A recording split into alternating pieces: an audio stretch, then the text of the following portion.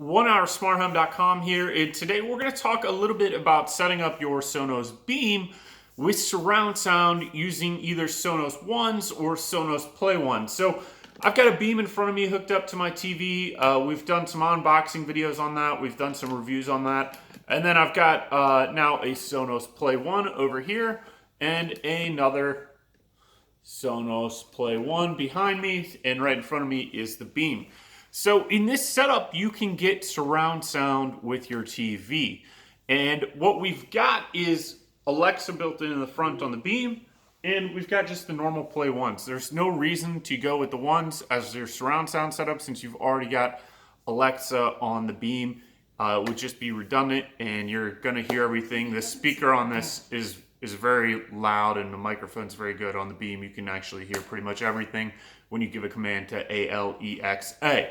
Now, there are a couple of things to note. So at first, I had my Beam connected to the HDMI port on my TV.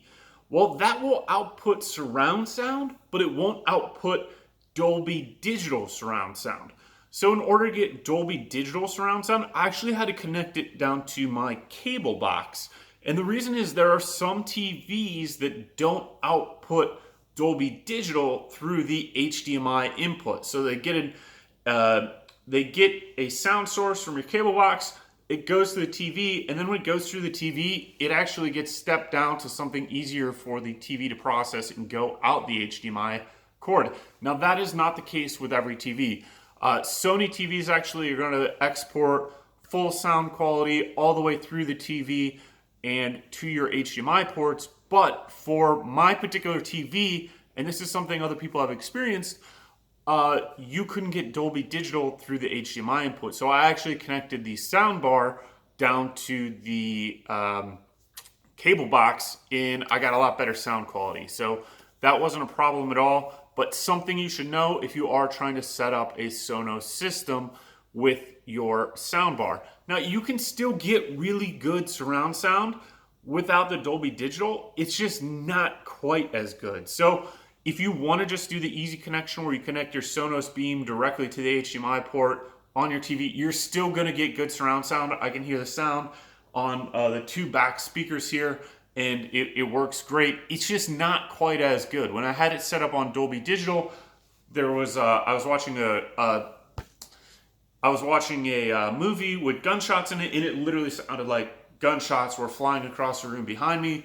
With the typical surround sound, I could hear it back here, and you could hear left and right, but it didn't feel like it was whizzing behind my head. So that's kind of the difference between Dolby Digital and normal surround sound.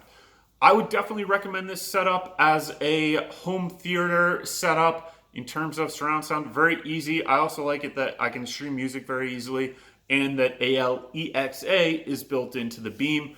So all in, you're looking at, for the Sonos Beam, somewhere around $400, and then two Sonos Play Ones, $150 each. And you have a really pretty good sound system and surround sound system that you're going to get a lot of mileage out of on your TV. And what's nice about it is easy to use, easy to connect, and there's nothing you really need to do in terms of switching video, audio inputs, and all that stuff when you turn on your TV. With the Beam, everything is native control, works with the TV once you've got it set up, so you don't have to go crazy with 6 different remotes. You can literally just say Alexa, turn on the TV, and the Beam will actually do it for you, and you're going to hear sound right through the sound bar, or you can play music through all these speakers in surround sound. So that is what you should know about connecting a Beam and Play Ones with the Sonos system. We've also done this with a Play Bar, and the Play Bar is a little bit louder, but for a standard size living room area or family room that you're watching a movie on, unless you have really high ceilings, the Beam is going to fill the space up with great quality sound. The only thing that's different is the Play Bar has a little bit deeper bass sound. So I really like it. I'm going to stick with the Beam, but we have done the Play Bar in the past and really like that. I like Alexa being built into the Beam, as well as having the HDMI connection versus the Play Bar only has an optical connection on the back. So the HDMI just makes it easier and more compatible with most devices. So That's it. Visit us at onehoursmarthome.com. Hopefully this helped you out on your decision to get a surround sound with the Sonos Beam and 2 Play Ones.